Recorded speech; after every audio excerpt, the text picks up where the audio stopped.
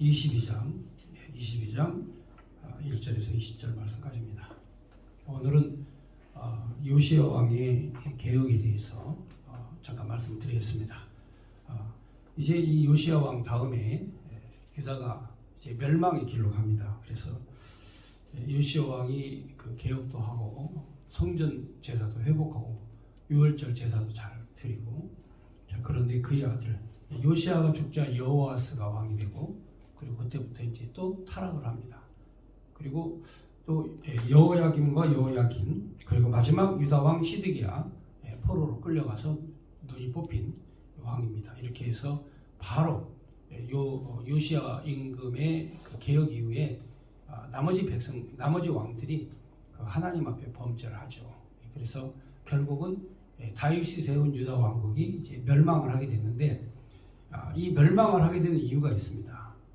항상 성경에 보면은 에덴 동산이라고 하나님이 함께 하시는 낙원이 있죠. 자, 이 낙원은 장차 하나님의 백성들과 함께 살 그 낙원의 모형입니다. 그러니까 에덴 동산이 사실은 실체가 아니에요. 에덴 동산은 하나님과 아담과 하와가 동행하면서 살면서 낙원에서 살았지만, 그러나 그 낙원이 완벽한 낙원이 되려면 범죄함이 없어야 되거든요. 근데 죄를 짓는 거예요. 그래서 에덴에서 추방을 당하죠. 자, 이렇게 하나님이 세우신 에덴 동산은 모형이라는 거죠. 실제 에덴 동산이 따로 있어요.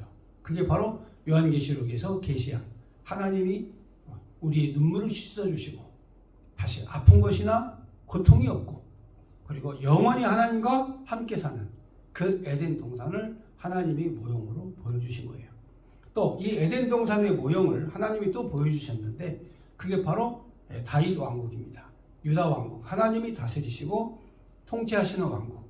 그런데 이 왕국이 영원토록 하나님이 가겠다고 약속하셨는데, 이제 시드기야 때 이 나라가 망해요. 그러면 하나님께서 에덴 동산을 창설하시고 에덴 동산을 낙원으로 만드셨는데, 범죄함으로 말미암아 에덴에서 추방당하셨죠. 또 유다 왕국도 마찬가지예요. 유다 왕국도 하나님의 백성들이 범죄함으로 이제 유다 왕국이 멸망을 당하죠. 그래서 바벨론 느부갓네살에 의해서 나라가 망하는 거예요. 그래서 하나님께서 보여주신 유다 왕국은 그것 또한 장차 하나님께서 요한계시록을 통해서 다시는 사망이 없고 병든 것이 없고 눈물이 없고 아픈 것이 없고, 그리고 하나님이 영원히 통치하시는 그 나라에 대한 모형적 나라예요. 그래서 다윗 왕과가 통치한 이 나라도 범죄함으로 멸망하게 되는 거예요. 자, 그 다음에 세우신 나라가 바로 교회예요. 그리스도 예수를 통해서 하나님께서 유다 왕국과 같은 교회를 세우셔서 그리스도 예수가 만왕의 왕이 되셔서 이 세상을 통치하시고 다스리시는, 그래서 이것이 바로 교회 시대, 그리스도 예수를 통하여 세우신 그 왕국, 다윗의 자손 예수를 통하여 세우신 이 왕국이 오늘날 교회예요. 그런데 이 교회가 또 완전하지는 않아요. 하나님께서 언제 때가 되시면 교회가 타락하고 교회가 부패해서 하나님 앞에 죄를 짓고 살 때 통곡의 눈물을 통해 하나님 앞에 거룩한 흰옷을 입고 바로 순교를 당하면서도 믿음을 지킨, 환난 시대에도 믿음을 지킨 거룩한 성도들과 함께 세우실 영원한 나라. 자, 그게 바로 성경에서 말하는 하나님이 통치하시고 다스리신 천국이에요. 그러니까 성경은 바로 에덴 동산을 하나님이 모형으로 보여주시고, 그 다음에 다윗 왕국을 모형으로 보여주시고, 그리고 지금 우리가 사는 이 교회 시대를 하나님이 모형으로 보여주시면서 하나님께서 영원히 다스리는 영원한 그 세계. 사람들이 이제 보통 영원한 세계 그러면 내가 죽어서 가는 세계 이렇게 얘기하는데, 사실은 그렇지 않습니다. 영원한 세계는 바로 하나님이 처음 세상을 만들 때부터 세상이 끝날 때까지, 그때까지가 포함된, 그리고 세상이 끝난 다음 심판 이후에 바로 만왕의 왕 예수께서 재림하시고 통치하시고 다스리시는 새하늘과 새 땅의 그 나라, 이 나라가 바로 영원한 하나님의 나라다. 자, 그러면 이제 하나님께서 세우시고 흐르시고 또 세우시고 흐르시고 또 세우시고 흐르시는, 그래서 하나님께서 영원한 하나님의 나라, 하나님이 통치하시는 그 나라, 새하늘과 새 땅을 우리에게 예언해 주시는 내용의 말씀입니다. 그러니까 바로 모형은 허물어져야 되겠죠. 아파트도 그렇지 않습니까? 아파트도 새로운 아파트 질 때 모델하우스 짓잖아요. 그걸 이제 진짜 집이 지어지면 모델하우스는 부셔버리죠. 그렇습니까? 네, 마찬가지예요. 바로 에덴 동산 영원한 천국이 아니에요. 그래서 하나님께서 에덴 동산 추방시키시고 다윗 왕국 세우셨다가 다윗 왕국 멸하시고 주님의 몸된 교회 세우셨다가 이 교회가 타락하고 부패하니까 하나님께서 심판하셔서 새하늘과 새 땅으로 성도들로 하여금 거룩한 옷을 입고 하나님 보좌 우편에 앉게 하시고 세세토록 하나님을 찬양하게 하시는 그 영화로운 내용이 성경에 기록되어 있어요. 자, 그러면 오늘 하나님이 세우신 모형의 왕국 다윗 왕국입니다. 다윗 왕국은 사실은 실제 왕국이 아니에요. 다윗의 자손들이 다스렸던 이 다윗 왕국은 장차 오실 교회에 대한 모형적인 거예요. 그러니까 우리들이 이 성경을 읽을 때 이 위치가 지금 어떤 위치다. 그리고 내가 사는 이 삶의 위치가 어느 위치다. 우리가 사는 이 삶의 위치는 우리가 교회 시대를 살아가는 이 시기는 바로 영원하신 하나님을 깨달아 알기 위한 하나님의 과정이시고 그리고 모형이시다.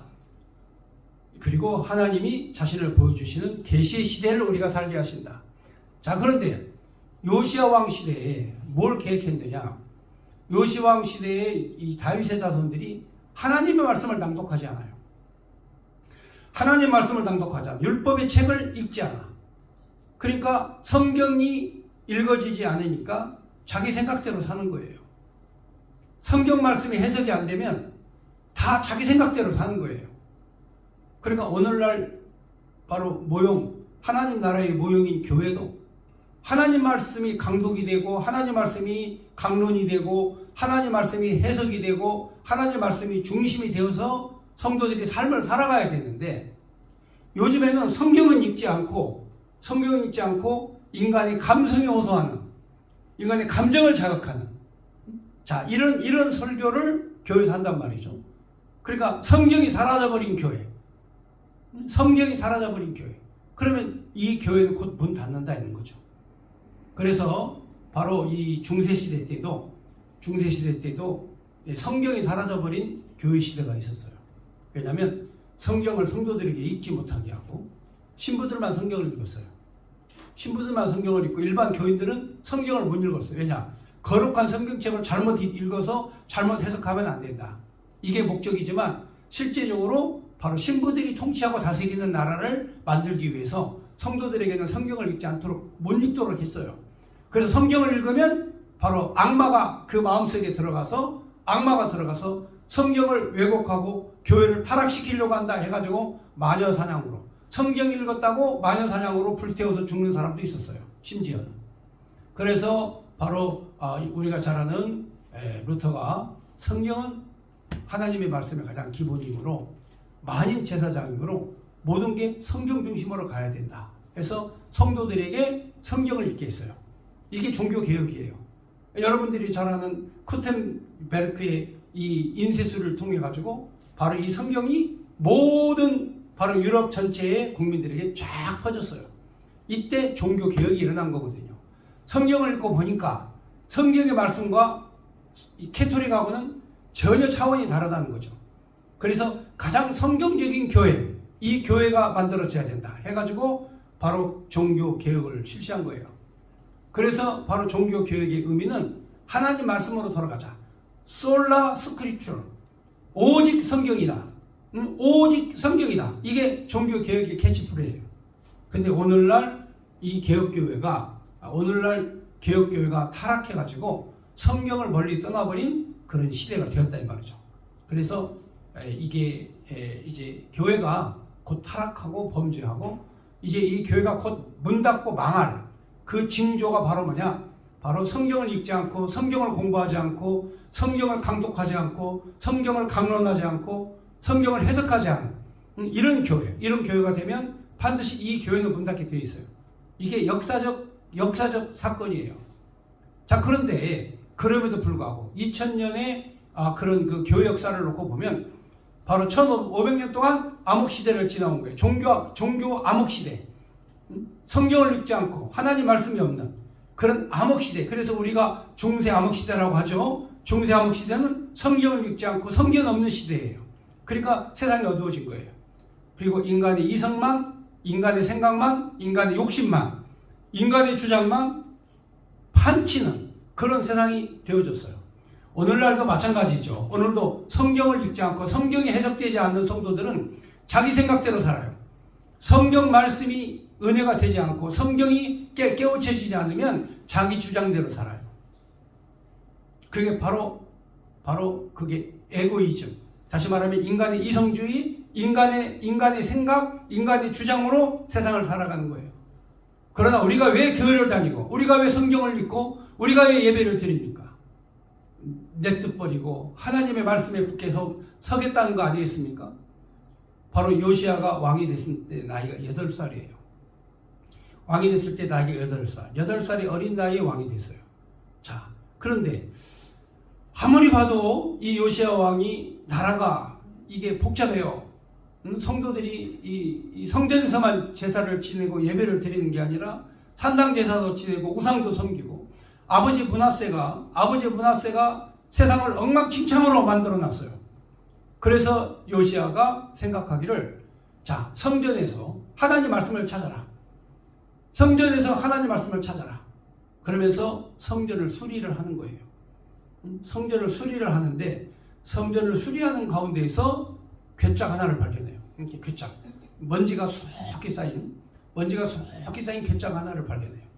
아버지 므낫세가 통치할 때 성경책을, 하나님의 말씀, 율법책을 전부 다 괴짝에다 집어넣고 못을 박아버려가지고, 그리고 창고 깊숙이 처박아놨어요. 그러니까 많은 사람들이 하나님의 말씀, 율법책의 말씀을 읽을 줄을 몰라. 그래서 요시야가 아무래도 이게 세상이 이상해. 하나님의 백성, 다윗의 자손들이 세운 이 나라는 하나님 말씀으로 세웠는데 말씀이 희귀하고 성경이 없고 율법책이 없는, 사라져버린 이 시대를 사니까 너무 힘든 거야. 그래서 바로 하나님 말씀을 찾아라 하니까 이제 성전을 수리하는 사람들이 괴짝 하나를 찾아내요. 그걸 뜯어보니까 바로 조상 대대로 모세 때부터 다윗을 거쳐서, 그리고 그 시대, 바로 요시야 시대까지 감춰져 있던 하나님의 말씀, 먼지가 수북히 쌓여가지고 이제 그 상자를 끄집어냅니다. 상자를 끄집어내서 하나님 말씀을 읽으니까, 하나님 말씀을 읽으니까 요시야가, 우리가 왜 이제까지 이 성경을 읽지 않고 하나님 말씀을 해석하지 않고 하나님 말씀을 강론하지 않고 하나님 말씀을 감독하지 않고 우리가 왜 이렇게 살았는가 하면서 옷을 찢으면서 통곡하고 회개를 합니다. 자, 그러면 이제 우리가 이 잘못한 거에 대해서 하나님 앞에 밝히고 하나님의 선지자에게 우리가 앞으로 어떻게 될 것인가를 물어보자. 자, 선지자를 찾아라. 그래가지고 선지자를 찾아라고 명령을 내립니다. 그런데 그때 마침 선지자 한 분이 계셨는데, 여러분이 아시는 여선지 훌다가 나타납니다. 자, 여선지 훌다는요, 남편이 있는 아내예요. 그냥 소박한, 성전에서 봉사하는 그냥 아내예요. 그런데 이 훌다에게 하나님의 말씀이 임한 거야. 그러니까 하나님의 말씀이 임한 사람하고 하나님 말씀이 없는 사람하고 차이는 하늘과 땅 차이예요.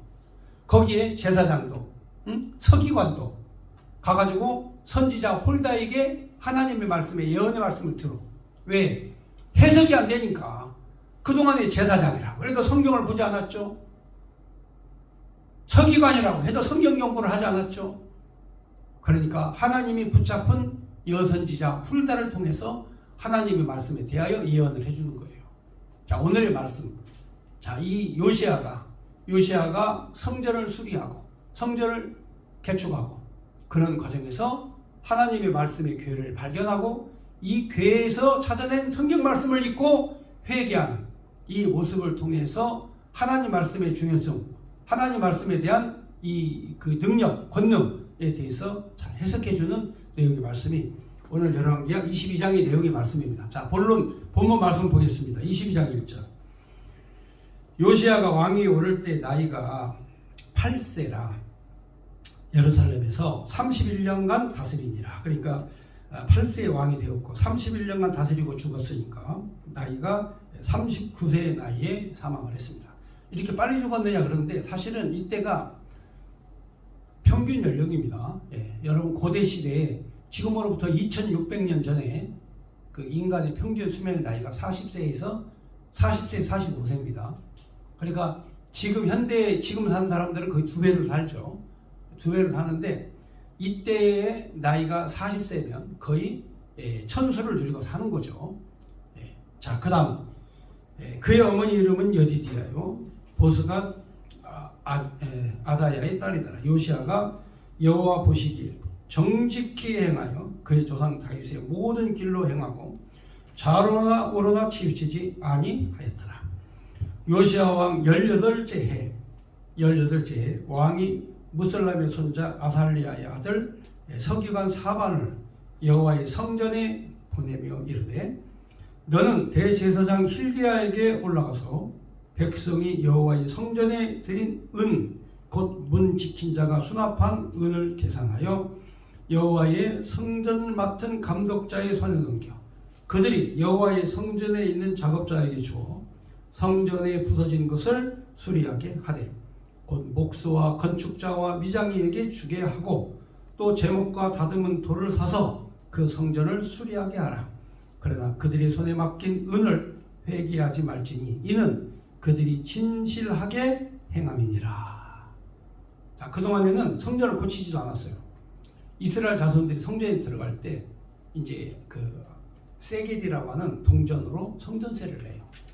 은으로 만든 돈인데 성전세를 냅니다. 성전에 들어갈 때 세금을 내요. 그리고 자, 하나님 앞에 제사를 지내지 않아도 모든 족장들과 모든 그런 가족의 가문의 이 어른들은 계수해서 숫자를 해가지고 하나님 앞에 성전에 세를 내는 거예요. 이 성전세. 자, 이게 성전세가 거두어졌는데 하나님의 성전은 고치지 않고 중간에 이걸 착복해서 먹은 사람들이 있어요. 그러니까 나라가 잘못되면 말이죠. 나라가 잘못되면 세금이 새는 거예요. 나라가 잘 되려면 거둬진 세금이 정확하게 제대로 잘 쓰여지는데 나라가 안 되려면 세금이 엉망진창으로 쓰여지는 거예요. 그런데 요시아가 왕이 되자 성전을 기억하고 성전에 일하는 일꾼들에게 잘 가르쳐요. 하나님 말씀으로 정직히 행하게 해라 해가지고 성전에 일하는 모든 사람들이 정직하게 행해. 그래서 그들에게 은을 맡기고 성전을 건축하게 해라. 그러나 너 돈 어디다 썼어? 얼마 샀어? 무엇을 썼어? 인건비는 얼마큼 줬고 재료비는 얼마큼이고 이거 계산하지 마라. 저들은 하나님 앞에 붙잡힌 자들이니까 계산하지 마. 하나님의 일에는 계산하지 마. 정직히 행한 자에게는 계산이 필요 없어. 정직하지 않은 자에게 계산이 필요한 거지 정직하게 행한 자에게 무슨 계산이 필요 있어요? 그렇지 않습니까? 오늘날 목회자가 어떤 분이 저한테 그래요. 어떤 분이 저한테 어떤 목사님이신데 목사님 혹시 목사님 사시는 집 있어요? 아니요. 저는 월세에 살아요. 아니 목사님 나이가 60이 넘은 것 같은데 아니 아직까지 집 하나 마련 못하고 왜 그렇게 사세요? 그래요. 아니 뭐 나는 우리 조상들 우리 선배 목사님들로부터 배워왔는데 목사는 사택에서 살고 그리고 우리 선배가 나에게 목사 연수를 해줄 때 세 가지를 얘기를 했다. 목사는 항상 하나님 말씀 준비해서 어디서든지 설교를 할 수 있는 말씀 준비를 해갖고 다녀야 된다. 그래서 성경 말씀 준비를 항상 해야 된다. 그리고 두 번째, 하나님께서 언제 보따리 싸가지고 이사하게 할지 모르니까 항상 이사할 보따리 싸서 이사할 준비를 해라. 이렇게 가르쳤다. 그리고 세 번째, 하나님의 복음을 전하는 자는 언제 어디서 죽을지를 모르니까 항상 죽을 준비, 순교할 준비를 항상 하고 다녀라. 이게 하나님의 종이다. 나는 우리 선배에게 이렇게 배웠습니다. 나를 가르친 선배님은 바로 평양신학교 2회 졸업생 김세열 목사님이었는데 그 목사님은 평양신학교 다닐 때 바로 그런 정신으로 하나님 말씀 전할 정신, 주의 종 보따리 싸가지고 이사할 정신, 그리고 언제 순교하고 죽을 줄 모르니까 순교의 정신, 이 세 가지로 바로 가르쳐서 나는 그렇게 삽니다. 지금도 마찬가지입니다. 지금도 만약에 내 후배가 있고 내가 하나님 말씀을 가르치는 그런 하나님의 선지생들이 있다고 한다면 나 이 세 가지 꼭 가르치겠습니다. 얘기를 했죠. 그러면서 아니 하나님의 종이 하나님의 말씀을 전하다가 이 땅에서 살고 끝나 아버지의 나라에서 왕으로 살면 됐는데 이 땅에 무슨 그렇게 집 있고 그렇게 필요합니까? 그럼 나보다 세상 물정을 모르는 사람이래. 응? 이은재 목사님은 세상 물정을 모른대. 아니 요즘에 목회자가 돼가지고 집 하나 없고 그렇게 사는 사람이 어디 있느냐. 아니 목사님 보니까 뭐 배운 것도 배우고 말씀도 잘 전하고 그런데 아니 뭐 집 한 채도 없이 어떻게 사냐. 아니다고. 이 땅에 있는 집은 의미가 없다. 아버지 나라의 집에 소망과 희망을 갖고 사는 하나님의 말씀을 가리키는 선지자가 이 땅에 소망을 가지고 집을 짓고 집에 욕심을 내고 그러면 어떻게 하나님 말씀을 제대로 가르치냐 하면서 제가 도리어 그 사람 혼냈어요. 내가 볼 때는 바로 그게 답답한 거다. 지금 이 말씀이 무슨 내용인가 아시겠어요? 요시아가 이 성전을 개혁하면서 성전 개혁하는 일꾼들에게 그들은 정직하니 회개도 하지 마라 이렇게 얘기할 때 이 의미가 있는 거예요. 하나님의 성전을 봉사하고 성전에 일하는 사람은 자기 욕심 챙기지 않아요. 자기 사리사욕 챙기지 않습니다. 아니 생각해 보세요. 하나님을 위해서 목숨을 바치는 사람이 돈 몇 푼을 가지고 그걸 사리사욕을 챙기겠습니까? 그렇잖아요? 아니 하나님을 위해서 죽기로 작정한 사람이 돈 몇 푼 가지고 자기 먹고 사는 거 그거 욕심내겠어요? 하나님의 성전 봉사하고 하나님의 성전을 수리하는 사람들이 하나님을 영화롭게 하는 그 일에 쓰임을 받는데 아니 그 돈 몇 푼 가지고 사리사욕을 챙기고 그렇게 하겠냐 그 말이에요. 그래서 엘리 제사장의 아들 홈리와 비느하스가 바로 사리사욕으로 칼코리 달아가지고 고기를 끄집어내고 제일 좋은 고기를 먼저 가져가고 제사장들이 그렇게 타락하니까 하나님께서 목 부러져서 죽게 하시잖아요. 그렇지 않습니까? 하나님의 종들이면 물질에 대한 욕심이 있어서는 안 되죠. 여러분들은 제가 어떻게 사는가 보시면 알잖아요. 우리 지금도 월세 살아요. 조그마한 방에서. 아무 불편함이 없어요. 그곳에서 날마다 찬송 부르죠. 식사 시간마다 다 기도하고 예배를 드리죠. 매일매일 찬송을 틀어놓고 은혜롭게 살죠. 그러면 그게 천국이지. 꼭 큰 집에서 영화롭고 좋은 집에서 물질의 그런 넉넉함과 여유로운 삶 속에서 하나님을 잃어버리면 어떻게 해요? 그래서 이 개혁자들은 바로 하나님을 영화롭게 하는 자들은 바로 회개하지 마라. 하나님의 일에는 회개할 필요가 없다. 제가 요즘에 사랑제일교회 정광훈 목사님 주변에서 이렇게 살펴보면 성도들이 많이 전국에서 전 세계에 헌금을 보내요. 전 세계에서. 그런데 다 하나님의 영광을 위해서 나라를 지키는 일에 대해서 다 베풀고 씁니다. 하나님의 종들이 수고하는 선교사들이 가면 다 봉투에다가 차비 넣어가지고 교통비 넣어가지고 쓰시라고 다 베풀고 나누고 다 이래요. 네. 우리가 사는 집이 사실은 우리가 사는 집이 정광훈 목사님 집보다는 작지만 정광훈 목사님 집은 옛날 집 그대로 40년 50년 전에 빨간 벽돌로 지은 집 그대로 지금 거기 살고 계셔요. 그러니까 하나님의 종들은 물질에 대한 욕망과 욕심이 없어야 돼. 그래서 히스기야는 성전을 건축하고 성전을 중수하고 성전을 고치고 하나님의 일에 섬기고 봉사하는 사람은 물질이 욕심내지 않는다는 거죠.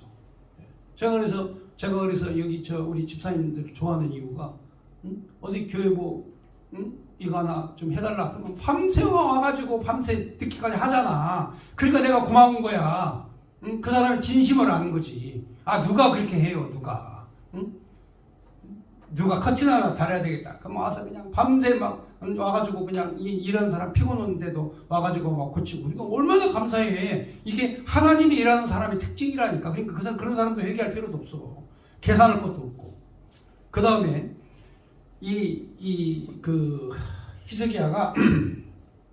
히스기야가 잘한 건 여러 가지가 있습니다만, 그러나 진짜 잘한 건 뭐냐? 하나님의 말씀을 읽은 거예요. 요시아가 잘한 게 두 가지. 하나는 성전을 건축한 것과 또 하나는 하나님의 말씀을 찾아서 낭독한 거예요. 이게 이 요시아의 왕이 가장 잘한 일입니다. 그래서 요시아 왕이 성경을 읽습니다. 자, 한번 보겠습니다. 8절부터 보겠습니다. 대제사장 힐기야가 서기관 사반에게 이르되 내가 여호와의 성전에서 율법책을 발견하였노라 하고 힐기야가 그 책을 사반에게 주니 사반이 읽으니라.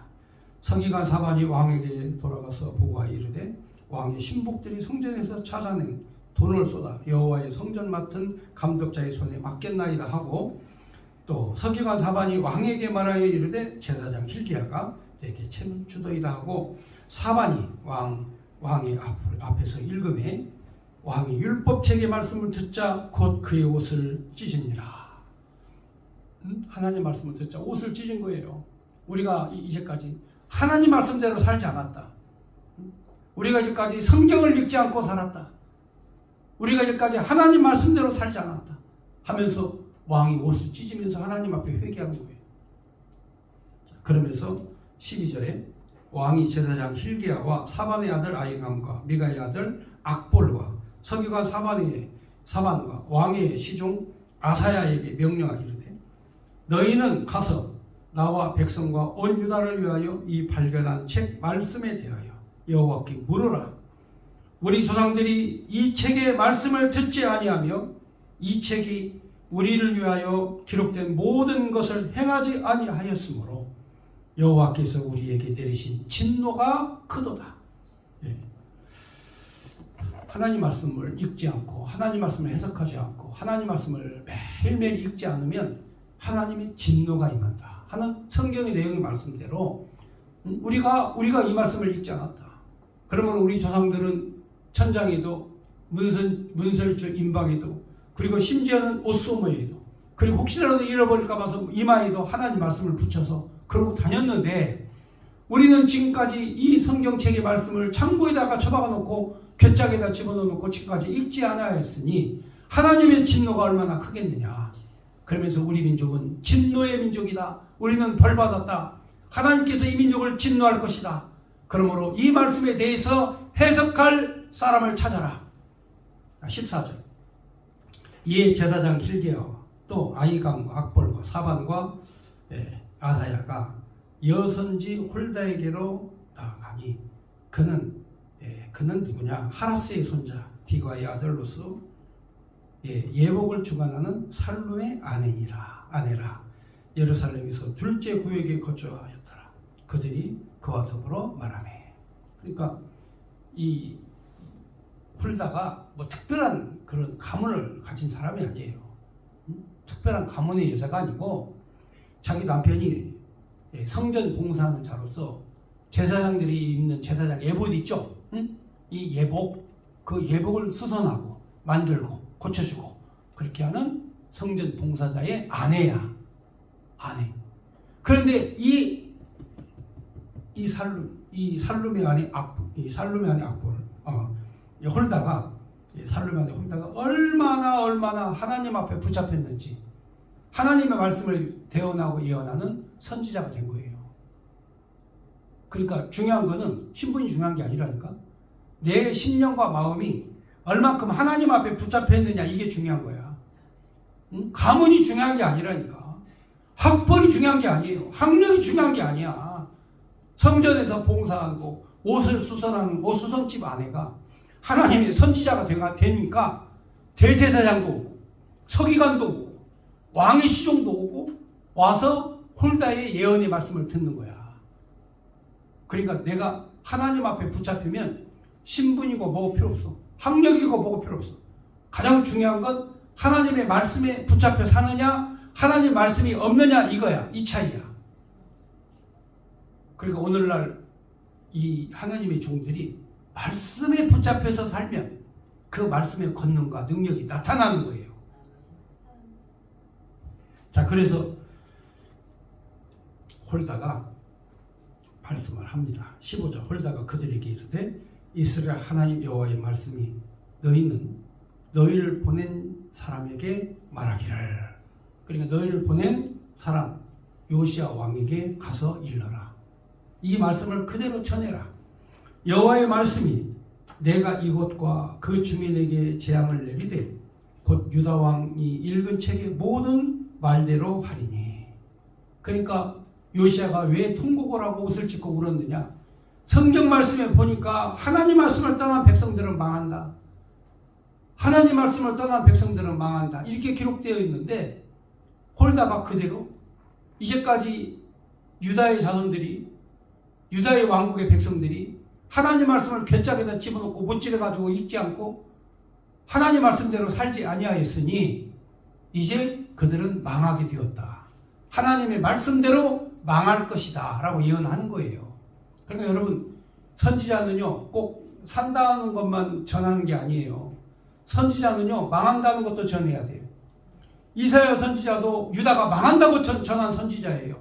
예레미야 선지자도 유다는 망한다고 전한 선지자예요. 여기에 여선지 훌다도 하나님의 백성 유다 자손 그리고 유다 왕국이 하나님의 말씀을 읽지 아니하였으므로 이 나라는 망한다라고 얘기를 하는 거예요. 그러니까 선지자는요, 망한 거를 망한다고 얘기를 해줄 줄 알아야 돼요.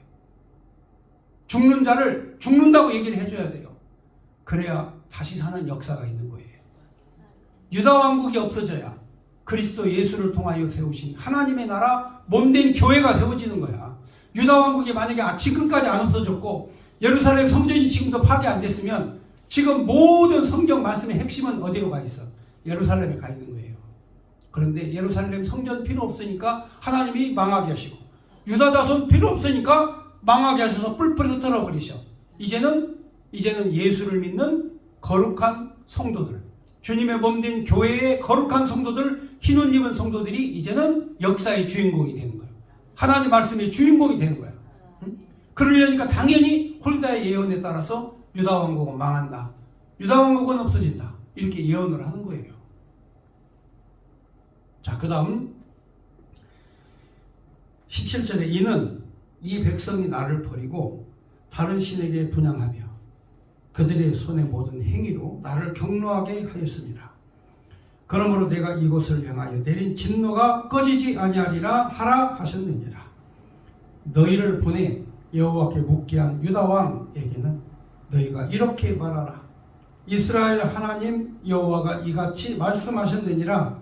내가 들은 말에 대하여는 내가 이곳과 그 주민에게 대하여 빈터가 되고 저주가 되리라 한 말을 내가 듣고 마음이 부드러워져서 여호와 앞 곧 내 앞에서 겸비하여 옷을 찢고 통곡하였으므로 나도 내 말을 들었노라 여호와가 말하였느니라. 그러니까 하나님 말씀을 낭독하니까 요시야가 통곡하며 울었고 옷을 찢었지 않습니까? 그러니까 나도 너를 보았다. 그러나 너희 나라는 망한다. 이거예요. 너희 나라는 망한다. 네가 통곡하고 네가 울고 네가 했지만 너희 나라는 망해. 왜? 바로 유다가 망해야 예수 그리스도가 세우신 교회가 2000년 동안 바로 유다 왕국이 되는 거예요. 유다 왕국의 실체. 그러니까 바로 이 에덴 동산은요, 장차 다윗 왕가가 다스릴 통치의 모형이고 또 실체된 유다 왕국이 나오면 장차 교회에 대한 모형으로 되는 거고 또 이 교회도 장차 바로 새하늘과 새 땅에서 통치하실 그리스도의 나라가 오기 전에 교회는 모형적인 거라 이 말이죠. 그러니까 주님의 몸된 교회가 영원하다 그 말은 새하늘과 새 땅에서 영원한 거예요. 다윗 왕국이 영원하다 그 말은 바로 새하늘과 새 땅에서 영원한 거예요. 그러니까 이렇게 성경에 대해서 하나님이 왜 망하게 하시는가? 왜 유다를 하나님이 멸하신다고 하시는가? 장차 그리스도 예수를 통해 주님의 몸된 교회를 세우시기 위해서는 유다 왕국이 없어져야 돼요. 유다 왕국 안 없어지면 사람들이 유다 왕국이 하나님이 통치하시고 다스리시는 그 나라인 줄 알아. 그러니까 하나님께서 장차 예수 그리스도를 통해 그리고 12제자와 사도 바울을 통해 세우실 교회를 위해서 유다 왕국은 어떻게 해야 돼? 망해야 돼. 아시겠죠? 그래서 여선지 홀다가 네 나라는 망한다. 하나님이 말씀하셨다. 그러나 요시야 당신은 통곡하고 회개하고 하나님 앞에 엎드렸으므로 나라가 망하는 꼴을 당신 때는 보지 않는다. 마지막 절 읽겠습니다. 20절.